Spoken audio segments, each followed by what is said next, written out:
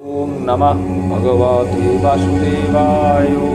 শ্রীমদ্ ভগবদ গীতায় পুরুষোত্তম যোগে শ্রীকৃষ্ণ তার সখাকে জন্মান্তর রহস্যের সম্বন্ধে বলিতেছে। শরীরং যদবাবন্নতি যচ্চাবৎকারমামতৈশ্বর গৃহতানি সংজাতি বাহুর্গন্ধ নিবাসায়।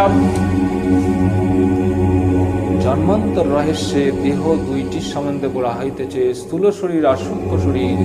চর্মচক্ষিতে স্থূল শরীর দেখা যায়, সূক্ষ্ম শরীর দেখিতে জ্ঞান চক্ষু চায়। এই পঞ্চভূতের দ্বারা যা শরীর তা স্থূল শরীর। আর মহত্ব, অহংকার, দর্শেন্দ্রিয়, মন, পঞ্চতন্ত্র মাত্র, এই 18টি দ্বারা দেহ সূক্ষ্ম শরীর। আর সকলের মূল কারণ প্রকৃতিকে কারণ শরীর বলে। মৃত্যুকালে পঞ্চভূতাত্মাক স্থূল শরীর বিনষ্ট হয়, সূক্ষ্ম শরীর লইয়া জীব উৎক্রমণ করে। সুতরাং কেবল স্থূল দেহের সংসর্গ লোপ হইলেই জীবের মুক্তি হয় না। সূক্ষ্ম শরীরে যখন লোপ পায় তখন জীবের সত্যস্বরূপ প্রতিভাবিত হয়।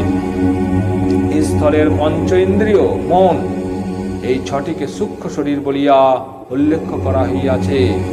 বেদান্ত মন্ত্রে পঞ্চ কর্মেন্দ্রিয়, পঞ্চ জ্ঞানেন্দ্রিয়, পঞ্চ প্রাণ, বুদ্ধি ও মন, এই 17টি দ্বারা সূক্ষ্ম শরীর গঠিত।